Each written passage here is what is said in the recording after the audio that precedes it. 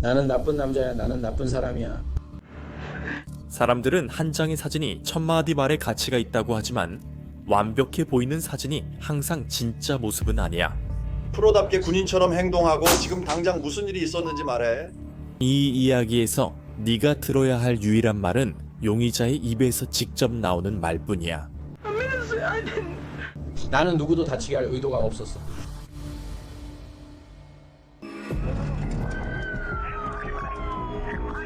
형벌은 사형이다. 가족을 데리고 나가. 왜? 왜 나죠? 제 변호사가 당신에게 전화할 겁니다. 정말 못 믿겠어. 17살의 다니엘 리피아는 10대 소녀들이 흔히 그렇듯 잘못된 남자들에게서 사랑을 찾아 헤매고 있었습니다. 어린 시절부터 다니엘의 삶에는 비극이 드리워져 있었습니다. 그녀는 어린 나이에 어머니와 할머니를 잃고 여러 집을 전전하며 지냈습니다. 그때가 그녀 인생에서 가장 안정적이었습니다. 치어리딩. 키 152cm의 몸무게 45kg인 그녀는 공중 묘기의 달인으로 완벽한 플라이어입니다. 하지만 공중에서 많은 시간을 보내면서도 다니엘은 곁에 오래 머물 믿을 수 있는 사람의 품을 간절히 원합니다. 안전한 사람을요.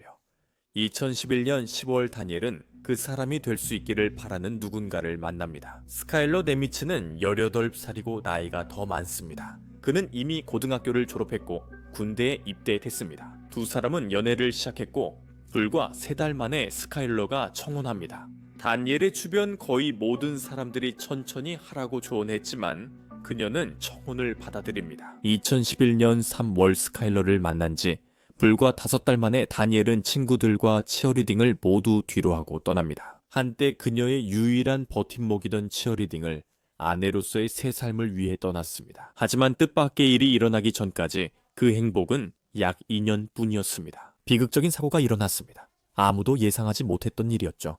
어쩌면 그녀의 남편만 빼고요. 우리는 당신이 정확히 어디에 서 있었는지, 총알이 어디에 맞았는지, 당신의 아내에게 무슨 일이 있었는지, 왜 그런 일들이 일어났는지 모두 밝혀내야 합니다. 현재 모든 것이 물리적 증거와 일치하지 않습니다. 탄도 궤적이 이런 이야기가 어떻게 하면 말이 될까요? 2004년 10월 16일 이제 20살 이된 스카일러 네메츠는 3주간의 전장 훈련을 마치고 아내에게 돌아옵니다. 그는 파이어볼과 레드불 한 잔으로 귀환을 자축합니다. 저는 거의 술을 안 마셔요. 그녀가 시나몬 술을 줬지만 정말 조금만 마셨어요. 그건 아마도 일반적인 유리잔처럼 이렇게 크고 이렇게 높고 그냥 평범한 음료수 잔이었어요. 이 정도였고 나머지는 다 레드불로 채웠어요. 정말 피곤했거든요. 하지만 저는 잠들기 싫었어요. 당신과 더 많이 이야기하고 싶었고 그걸 마신 기억뿐이에요. 그게 전부였어요. 그러니까 당신이 26일부터 없었으니까 대략 3주 정도네요. 그리고 당신들 여러분은 3주 동안 서로를 보지 못했죠. 그리고 앉아서 피자를 먹고 술도 한잔 했어요. 그리고 나서 그녀는 컴퓨터를 켜고 일을 해요. 그래. 떨어져 있다가 3주 동안 서로 떨어져 있었어? 그래, 내 말은 내가 그녀에게 말했어. 그래, 가서 일해. 왜냐하면 내가 그녀에게 말했거든. 1~2시간 일하라고. 그게 그녀가 돈을 받는 일이니까. 그래서 나는 그래, 가서 1~2시간 일해. 나는 이 영화 볼 거고 밥 먹을 거고 내 사냥개랑 놀 거야. 내가 정말 좋아하는 최고의 음식이야. 그 음식에 푹 빠져 있어. 다니엘은 사무실에서 일하고 있고 스카일러는 거실에서 영화를 보고 있어. 어느 순간 다니엘은 사무실을 나와 침실로 들어가는데 거기에는 스카일러가 19번째 생일에 준 맞춤형 AR-15가 있다. 그래서 앞문으로 들어오면 컴퓨터가 있는 예비 침실과 캘리킹 침대만 있는 또 다른 침실이 있다. 그녀는 자기 쪽 옷장에 그걸 좀 숨겨서 보관해. 내가 없을 때 그녀가 거기에 넣었어. 모르겠어. 그냥 그녀 쪽 옷장에 놓여 있었던 것 같아. 그리고 나서 그런데 네가 가서 그걸 가져와서 컴퓨터 방으로 가져왔잖아. 아니, 그녀가 그걸 컴퓨터 방에 가져왔어. 잃어버렸어. 그녀가 그걸 들고 오기 30분 전에 컴퓨터 방에 와서 이렇게 말했어. 이거 좀 치워줄래? 집에 총 몇 정 있다고 했죠? 그건 제 것이 아니에요. 몇 정이나 있죠? 그냥 궁금해서요. 그게 당신 것이 아니더라도요. 아파트에 총기가 몇 정이나 있습니까? 14정입니다. 14정입니다. 스카일러는 총기와 함께 자라 총기 애호가로 알려져 있습니다. 그는 다양한 돌격소총, 사냥용 소총, 권총, 그리고 산탄총을 가지고 있습니다. 그는 소총 사용에 대한 군사 훈련을 받았으며 총기를 어떻게 보관해야 하는지에 대해서도 잘 알고 있습니다. 스카일러는 어머니의 규칙을 지키며 항상 탄창을 빼고 금고에 보관한다고 말합니다. 그럼 전부 금고에 장가 두는 건가요? 아니면요? 네, 항상 장가둡니다. 저는 탄약은 따로 보관해요. 그는 평소 규칙을 잘 지키지만 10월 16일 N 예외였습니다. 그녀는 침실에서 가져와 장전했다. 여분 침실 침대 위에 파란 담요와 컴퓨터가 있습니다. 그녀가 이거 치워줄 수 있어? 라고 말했습니다. 알겠어. 나는 별로 신경 안 썼고 그냥 그래 라고 했어. 30분 후 애야 이제 그녀는 필요 없겠구나. 내가 치워야겠다고 생각했어.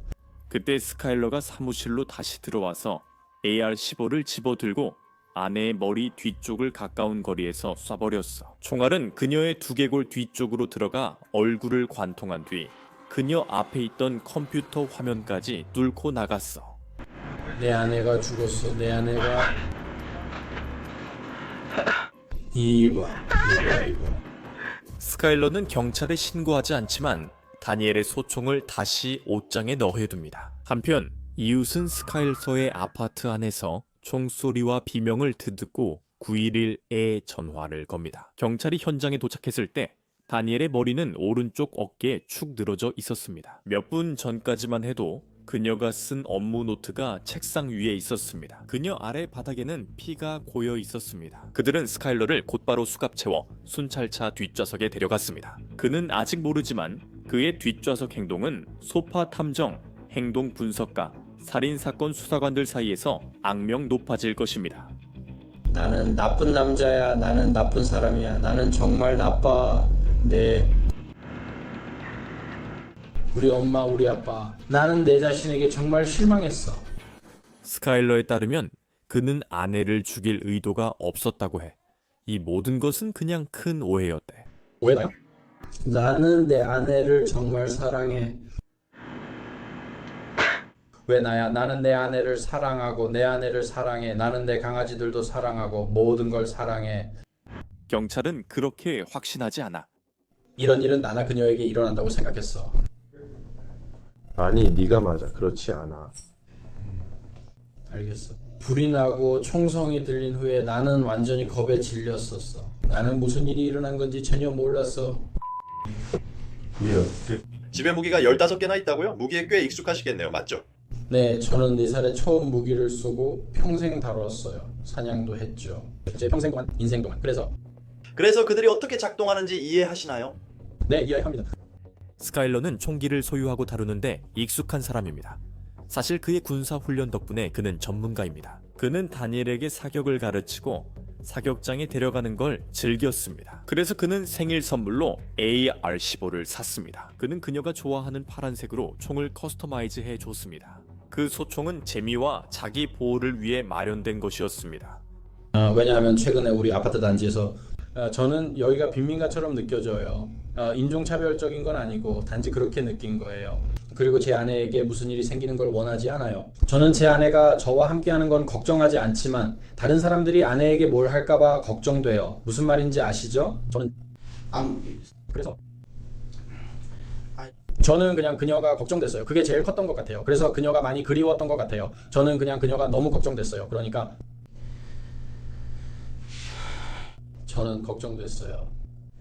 스카일러가 총기 애호가이자 군대에서 2년간 훈련받은 사람이 실수했다는 생각이에요. 그렇게 강력한 무기를 아내 바로 옆에서 발사했다는 건 수사관들로서는 이해하기 힘든 일입니다. 하지만 할 말이 있어. 네가 화난 거 알아.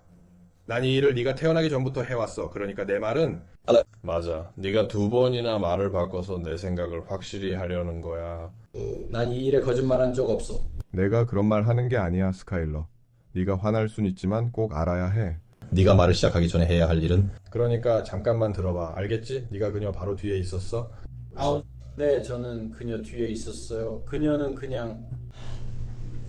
저는 그녀 뒤에 있었고 방에 들어가 너 정말 귀엽다고 말한 뒤 소총을 집어 정리하려 했어요. 그게 발사됐어요. 그리고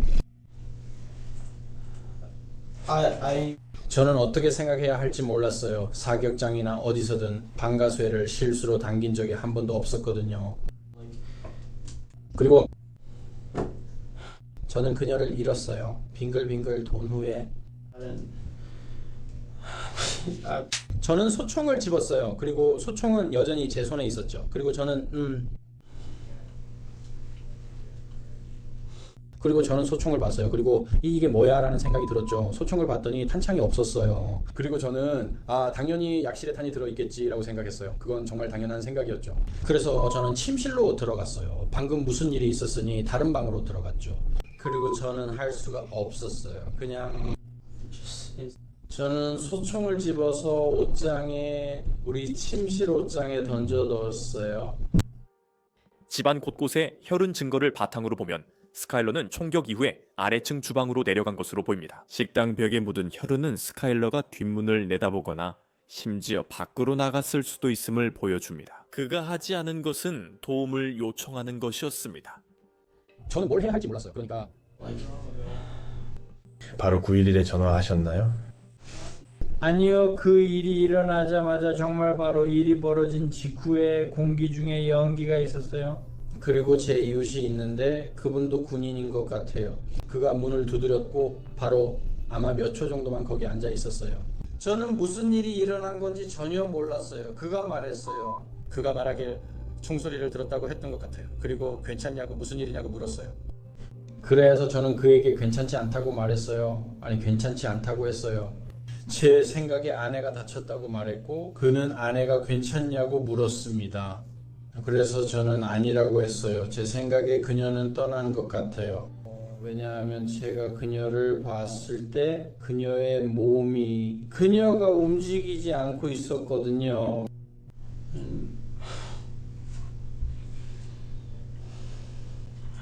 그녀는 움직이지 않았어요. 그리고 저는 그녀의 이름을 적어도 20번은 불렀는데 그녀는 전혀 움직이지 않았어요. 그래서 저는 그녀에게 다가가서 그녀를 붙잡고 안아보려고 했어요.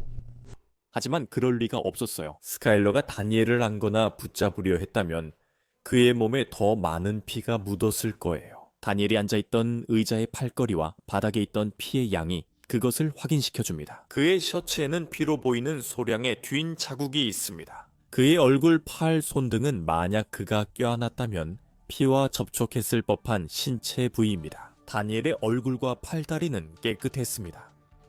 나는 그녀를 껴안으려고 했고 그녀의 이름을 불렀지만 아무 일도 일어나지 않았습니다. 나는 그녀를 붙잡고 그녀의 얼굴을 내 눈앞에 두고 다니엘이라고 말했습니다. 그리고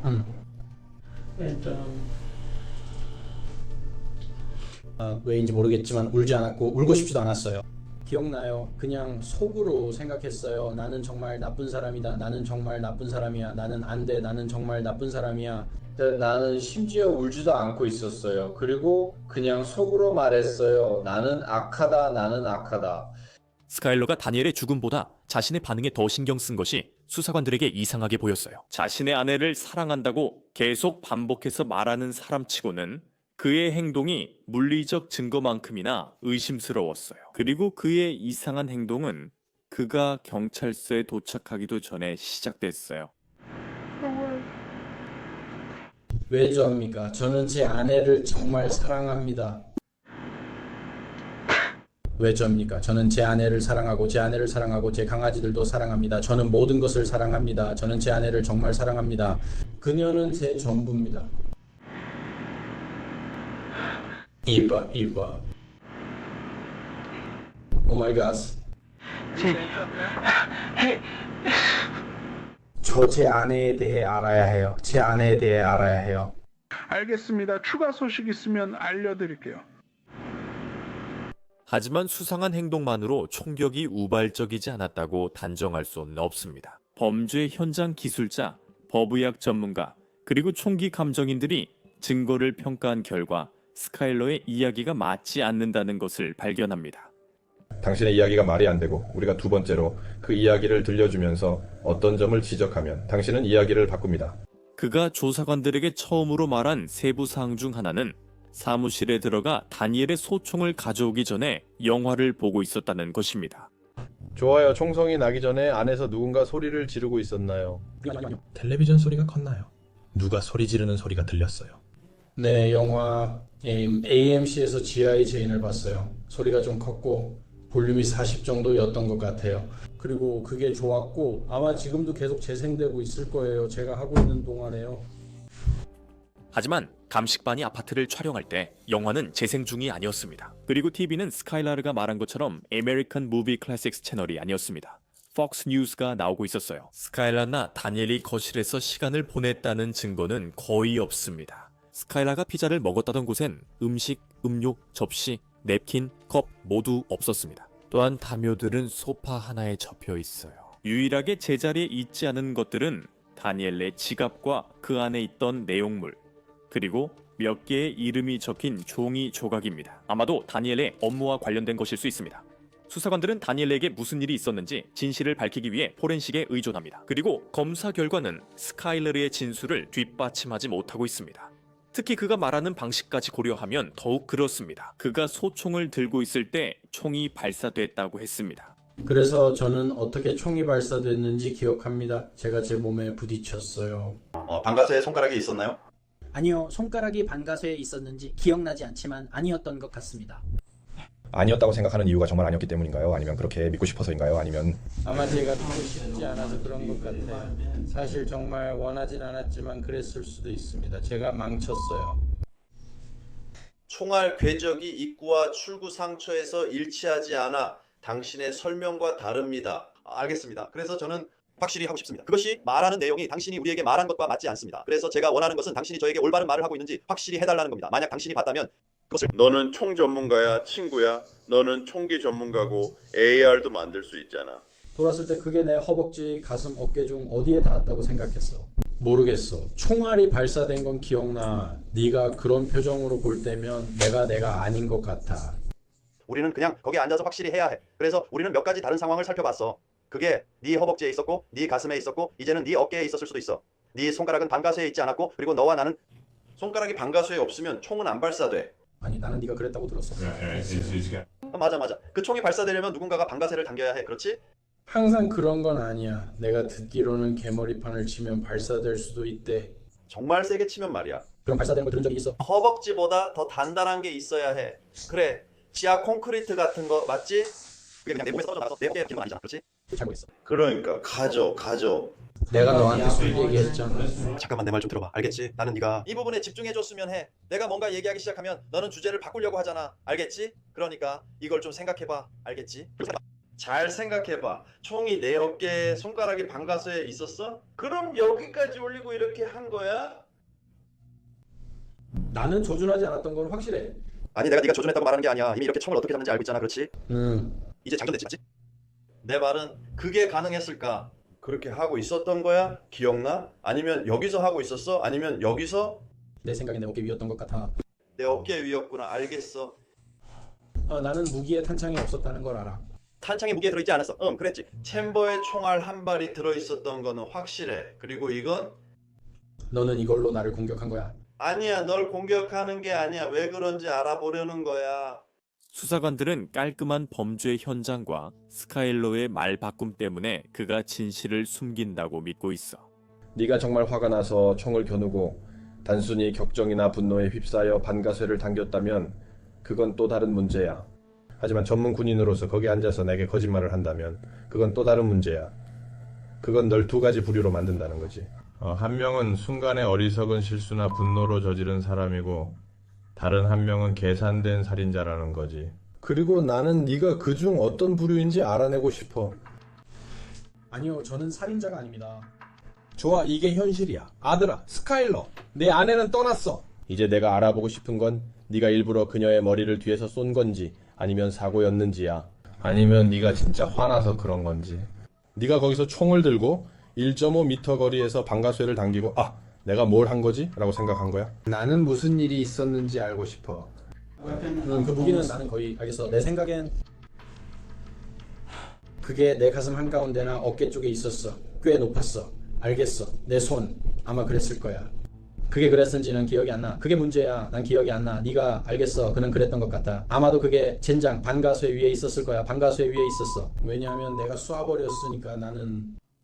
총을 가지고 장난치고 있었던 거야? 그리고 그냥 쏜 거야? 단창을 빼내고 방가쇠를 당겼는데 딸깍이 아니라 탕하고 발사됐어. 그게 차이야? 지금 그 얘기하는 거야? 그래 발사됐어. 이전 이야기들보다도 더 믿기 힘든 버전의 이야기일지도 몰라. 왜냐하면 스카일러의 말에 따르면 그는 대략 16년 동안 총을 쏘고 다뤄왔기 때문이야. 그래서 내가 그 탄환을 쏠 때 나는 소총을 들고 있었고 반가소에를 당겼을 때 발사가 됐어. 그 총알이 아내 머리 뒤쪽을 맞추며 아내는 즉사했어.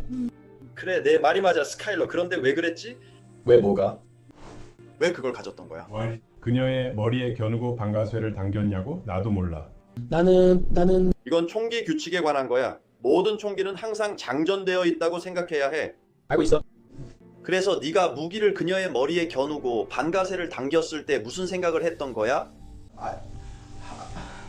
네가 그녀 머리에 겨눴다는데 난 이 방에서 그걸 놓쳤어. 그리고 네가 일부러 소총을 그녀의 머리에 겨누었다고 말하는 장면이 영상에 남아있어. 나는 일부러 그녀의 머리에 겨눈 게 아니야. 그냥 그 방향이었고 내가 어느 방향인지 신경 쓰지 않았어. 나는 내가 그녀 뒤에 있었고 그녀가 책상에 앉아 있었으며 소총이 그쪽을 향하고 있었다는 걸 알고 있었어. 나는 그냥 제대로 생각하지 못했고 그냥 그렇게 했어. 반사적으로 아주 빠르게 소총을 잡아서 장전을 풀고 다시 잡았어. 빵! 발사됐어. 그리고 나는 일부러 그런 게 아니었어. 여기서 잠깐 멈춥시다. 빵! 발사됐다고요. 당신은 총을 어깨에 메고 아내의 머리 뒤에 겨누고 반가쇠를 당겼어요. 그리고 그녀는 죽었습니다. 아니요, 그게 제 의도가 아니었어요. 제가 왜 그렇게 하겠습니까? 저도 왜 당신이 그랬는지 모릅니다. 그래서 제가 묻는 겁니다. 그래서 우리가 이 면담실에 앉아 있는 거고 그래서 우리가 이렇게 대화하고 있는 겁니다. 스카일러는 왜 AR-15 소총을 다니엘 머리 뒤에 겨눴는지 수사관에게 밝히지 않습니다. 대신 그는 자신이 어떻게 했는지 시연해도 되냐고 묻습니다. 침대가 여기 있었고 저는 무기를 들어 이렇게 했어요. 탄창을 빼 침대에 두고 발사 모드로 방아쇠를 당기자 총이 발사됐어요. 그리고 그게 제 어깨에 있었어요. 제 어깨에 있었고 제 가슴에 있었고 높이 있었고 이 근처에 있었어요. 왜 그게 제 허벅지에 있었다고 생각했는지 모르겠어요. 그냥 그랬어요. 당신은 그게 당신 허벅지에 있었다고 생각하지 않았어요. 그냥 그 얘기가 더 그럴듯하게 들린다고 생각한 거죠? 스카일러, 저는 바보가 아니고 바보처럼 대우받고 싶지 않아요. 다니엘의 친구들과 사랑하는 이들은 스카일러가 이야기를 주도하려는 언쟁이 그에게 익숙할 수 있다고 말합니다. 페이스북 다니엘을 위한 정의 페이지에서 리피안, 다니엘 가족 지인들은 다니엘과 스카일러의 관계가 학대적일 수 있었다고 주장했습니다. 한 그룹 구성원은 관계 초기에 스카일러가 다니엘이 친구들을 만나는 것을 막았다고 말합니다. 또 다른 구성원은 스카일러가 통제적이라고 보지 않았다고 말합니다. 하지만 그녀는 아파트에서 뭔가 이상함을 느꼈습니다. 다니엘이 실제로 그곳에 살고 있다는 흔적이 전혀 없었습니다. 총 잡지, 술, 그리고 15자루의 총기가 집안에 자리를 잡고 있었습니다. 하지만 다니엘이 좋아했을 만한 예술품이나 인테리어 같은 것에는 돈을 쓸 여유가 전혀 없어 보였습니다. 다니엘의 동료 중 한 명은 다니엘이 무언가를 사기 위해서는 스카일러에게 허락을 받아야 했다고 주장합니다. 하지만 스카일러는 더 많은 총기를 사기 위해 돈을 따로 모으는 것에는 아무런 문제가 없어 보였습니다. 이봐, 스카일러 앉아. 여긴 내 집이야. 넌 총을 어깨에 올리고 방가쇠를 당겼어. 그 총구는 내 아내의 뒤통수를 겨누고 있었고 넌 그녀를 죽였어. 그녀는 죽었어. 그건 비극이야. 그건 정말 끔찍한 비극이야. 야, 내가 지금 걱정하는 건 이게 사고로 인한 비극인지 아니면 네가 일부러 아내를 쏜 건지야. 그리고 우리가 밝혀낼 거야. 그리고 내가 만약 거기서 편지나 그녀가 바람을 피웠다는 걸 암시하는 어떤 증거라도 찾는다면 상황이 좋지 않게 보일 거야. 그만 말해. 처음엔 나한테 거짓말하지 말라고 생각했어. 나는 이 일을 25년 했어. 사람들은 매일 나에게 거짓말을 해. 나는 인간 거짓말 탐지기야, 테스. 거짓말 그만해. 수사관들은 중요한 세부 사항 때문에 이야기에 더 많은 것이 있다고 알아. 슈일러가 아직 말하지 않은 부분이야. 그 후의 상황. 왜 밖에 나갔나요? 그리고 당신이 이웃에게 그녀가 사냥용 소총을 청소 중이라 말했다는 진술서가 있습니다. 그리고 2개의 진술서, 당신의 저는 그녀가 청소한다고 말한 적 없습니다.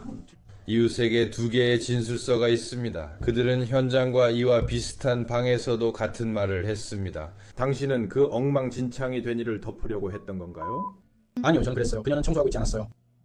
그녀는 그라니 리스에 있는 아이맥에서 그녀가 일하는 곳 어디에서든 일하고 있었어요. 알겠어요. 그녀도 저도 청소하지 않았고 저는 소파에서 일어나 TV를 봤어요. 제가 무기를 가져오길 원했어요. 저는 그걸 안전하게 하려고 탄창을 뺐어요. 탄이 약실에 있었던 것 같아요. 저는 그 무기에 탄을 장전한 적이 없어요. 뒷문 근처의 혈흔은 목격자의 진술을 뒷받침해줍니다. 비록 스카일러가 그것을 부인하고 있지만요. 그리고 아파트를 완전히 수색해보니 스카일러가 숨기려고 했던 물리적 증거가 총만이 아니었다는 사실이 드러났습니다. 저는 이런 일은 예상 못했습니다. 제가 내렸을 때 그녀가 와서 데려갔고 그녀 친구 중 한 명이었던 것 같아요. 아마 친구에게 부탁했던 것 같아요. 그녀가 술을 사줬지만 저는 거의 마시지 않았어요. 원래 술을 잘 안 마시는 편이에요. 그리고 그녀가 저에게 시나몬도 사줬어요. 다니엘이 슈일러 귀환을 위해 준비한 술병들이 아파트 밖에서 빈 차에 발견됐어요. 다니엘이 총에 맞은 후 슈일러가 그 술병들을 아파트 발코니에서 떨어뜨렸어요. 또 한 가지가 있습니다. 이웃이 총성이 들린 후 당신 아파트에서 병이가 2번 내려가는 소리를 들었다고 했어요. 뭘 내리고 있었던 거죠? 제가 마시던 술이요. 그녀가 저한테 파이어볼을 사줬어요. 그냥 정말 걱정이 됐어요. 모르겠어요. 왜 그런지 정말 걱정됐어요. 그런 일이 있었어요. 왜 술을 버리고 있는 거예요? 뭐라고요? 왜 당신이 술이었죠? 저는 21살이 아니고 정말 무서웠어요. 당신 아내는 머리 뒤에 총알을 맞고 죽었어요. 그런데 당신은 경범죄 딱지 끊길까봐 걱정했다고요? 네네, 맞아요. 그건 마치 은폐하려는 것 같아요. 당신은 이걸 덮으려고 하고 당신한테 그렇게 나쁘게 보이지 않게 하려고 하는 거죠. 맞죠? 그래서 결국 밝혀냈죠. 무기가 당신 어깨에 있었고 당신이 반가쇠를 당겼다는 걸요. 알겠어요. 그리고 나서 불덩이를 쏘아 올렸죠. 그래, 내가 갔어. 내가 봤어. 난 정말 너무 무서웠어. 너무 두려워서 아내에게 손도 대고 싶지 않았어. 난 무서웠어. 그녀는 다쳤어. 알아. 내가 다가갔지만 손대진 않았어. 그녀가 다쳤어, 친구. 수사관들은 그게 슈일러가 원한 것인지, 특히 다니엘이 상처받기를 바란 것인지 궁금해했어. 경찰은 문자 메시지와 인터뷰를 통해 다니엘이 슈일러가 훈련을 받으러 떠나 있는 동안 고등학교 친구와 어울리고 있었다는 사실을 알게 됐어. 그 친구의 이름은 제레미였지. 질투가 다니엘의 죽음 뒤에 숨겨진 동기였을까? 결혼한 부부 사이의 문자 메시지에서 슈일러가 최근 다니엘에게 제레미와 데이트를 했다고 의심했던 사실이 드러났어. 다니엘은 그게 사실이 아니라고 말했어. 수사관들은 슈일러가 질투와 분노로 다니엘을 총으로 쐈다고 보고 있어. 분노가 결국 폭발한 거지. 슈일러는 버리려던 술병과 관련해 자신이 술을 마신 적 없다고 수사관들에게 말했다. 하지만 실제로는 그렇지 않았던 것 같아. 슈일러는 전장 훈련 후 집에 오면 술이 준비돼 있길 바랐어. 하지만 그는 아직 21살이 아니었기 때문에 친구에게 대신 술을 사달라고 부탁했어. 마지막 순간에 그 친구가 취소했어. 그래서 다니엘이 제레미에게 술을 사달라고 부탁했지. 수사관들은 슐러가 술을 산 사람이 제레미라는 사실을 알게 됐을 때라고 믿고 있어. 그는 다니엘이 자신을 마지막으로 보는 순간이 되도록 만들었어. 너는 분노의 반가쇠를 당겨 화나서 그녀를 죽였을 수도 있어. 하지만 그녀는 알아야 할 자격이 있고 우리는 그녀의 기억을 위해 그 답을 알아야 해. 그녀는 그럴 자격이 있어. 그러니까 네가 왜 아내의 머리 뒤에 총을 겨누고 있었는지 말해봐. 이유를 말해봐. 변명하지 말고 그냥 남자답게 솔직하게 이유를 말해. 나는 내가 무기를 어디에 겨누고 있는지 신경 쓰지 않고 있었어. 넌 앉아서 저 뚱뚱이는 멍청이야. 내가 이겨라고 생각하지. 난 너희들에게 아무런 문제 없어. 네가 왜 그렇게 생각하는지 모르겠어. 난 진짜 아무 문제 없어. 내 이야기가 말이 안 되기 때문이야. 내 이야기에는 엄청난 허점이 있어. 너는 처음부터 끝까지 아주 자세하게 말했어. 우리가 너랑 2시간 반 동안 얘기해야 했던 그 순간까지도. 우리가 더 똑똑하다는 걸 알리려고 2시간 반 얘기한 거야. 네가 무기를 든 건 소리 궤적이 달랐기 때문이야. 그래서 너는 즉시 이야기를 바꿨어. 그게 네가 그렇게 한 게 8번째쯤 되는 것 같아. 이걸 보면 누군가가 분노와 화로 행동했다는 걸 알 수 있어. 너는 분노와 화로 행동했어. 너는 네 아내의 뒤통수를 쐈어. 그리고 그 일을 저지른 후에야 네가 무슨 짓을 했는지 깨닫고 오 맙소사 이건 돌이킬 수 없는 일이구나 라고 생각했지. 내가 이걸 하다니 얼마나 멍청했던 거지. 이제 이걸 어떻게 숨길 수 있을까? 무슨 방법을 생각해낼 수 있을까? 그게 바로 나에게 말하는 거야. 총기 감식 전문가는 다니엘을 쏘는 데 사용된 AR-15 소총의 낙하 테스트를 실시해 총이 정상 작동함을 확인한다. 반가쇠 당김 분석에서도 이 총이 제조사가 의도한 대로 작동한다는 사실이 밝혀졌고 이는 누군가 반가쇠를 당기지 않았다면 발사되지 않았다는 의미다. 나는 절대 그런 적 없어. 총기 감정, 현장의 물적 증거, 그리고 스카일러가 반가쇠를 당겼다는 자백으로 인해 코마 형사들은 20살의 스카일러 네메츠를 1급 살인 혐의로 기소했다. 네메츠의 어머니 다네트 헬러는 아들의 무죄를 공개적으로 강하게 주장하며 스카일러를 변호할 강력한 법률팀을 고용한다. 헬러는 저축을 다 쓰고 스카일러의 2014년 10월 31일 보석금 마련을 위해 돈을 빌린다. 2016년 1월 스카일러의 재판이 시작된다. 재판이 시작된 지 16일째 되는 날 2월 11일에 스카일러가 증인석에 선다. 총이 발사되는 걸 봤나요? 저는 총이 발사되는 걸 봤어요. 어디서 봤어요? 그녀의 머리 뒤쪽에서 봤어요. 그녀가 죽은 줄 알았어요? 그녀가 죽은 줄 알았어요. 다니엘 사망 1년 반 후 검찰은 그에게 모순된 이야기와 누락된 세부 사항을 질문합니다. 스카일러는 감정이 없어 보입니다. 당신이 무기를 허벅지에 내리쳐 발사됐다고 말한 적 있죠? 기억나시나요? 네, 제가 이걸 당신에게 설명하고 있었을 때요. 그거 기억나시나요? 네미츠 씨? 네, 그렇게 말했던 거 기억합니다. 네, 선생님. 네, 그렇게 말씀하셨죠. 어제 제 영상에서 그렇게 말했다는 걸 압니다. 그 후에 일어난 일들을 쭉 이야기하셨지만 아무 말씀도 하지 않으셨죠. 그 병들을 가지러 갔던 일에 대해 처음으로 이야기를 꺼내셨을 때 맞죠?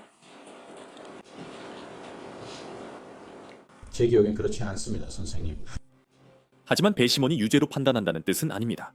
3월 3일 판사님이 판결을 읽으십니다. 스카일러 네메츠는 1급 살인 무죄 판결을 받았습니다. 대신 배심원단은 그가 다니엘의 총격 사망 사건에서 1급 과실치사죄라는 더 낮은 혐의에 대해 유죄라고 판단합니다. 스카일러는 다니엘을 살해한 혐의로 8년 6개월의 형을 선고받았고 범행에 총기를 사용한 혐의로 추가로 5년이 선고되었습니다. 스카일러 네메츠는 총 13년 6개월 복역합니다. 2018년에 스카일러는 자신이 실제로 무장했다는 것을 입증할 증거가 부족하다는 이유로 항소를 제기하려 했습니다. 그는 또한 이미 복역한 기간에 대한 형기 산입을 요청합니다. 2020년에 스카일러는 두 번째 항소를 제기하며 법원이 선고 당시 자신의 젊은 나이를 고려하지 않았다고 주장했습니다. 스카일러는 20살의 과실치사 유죄 판결을 받았습니다. 워싱턴주는 두 번의 항소를 모두 기각했지만 스카일러에게 복역한 기간에 대한 형기 산입을 허가했습니다. 스카일러 네메츠는 현재 31살로 코요테 리지 교정센터에서 복역 중입니다. 그의 최초 출소일은 2028년이며 그때 스카일러는 34세가 됩니다. 로앤 크라임 인베스티게이츠를 위해 저는 크리스틴 손입니다.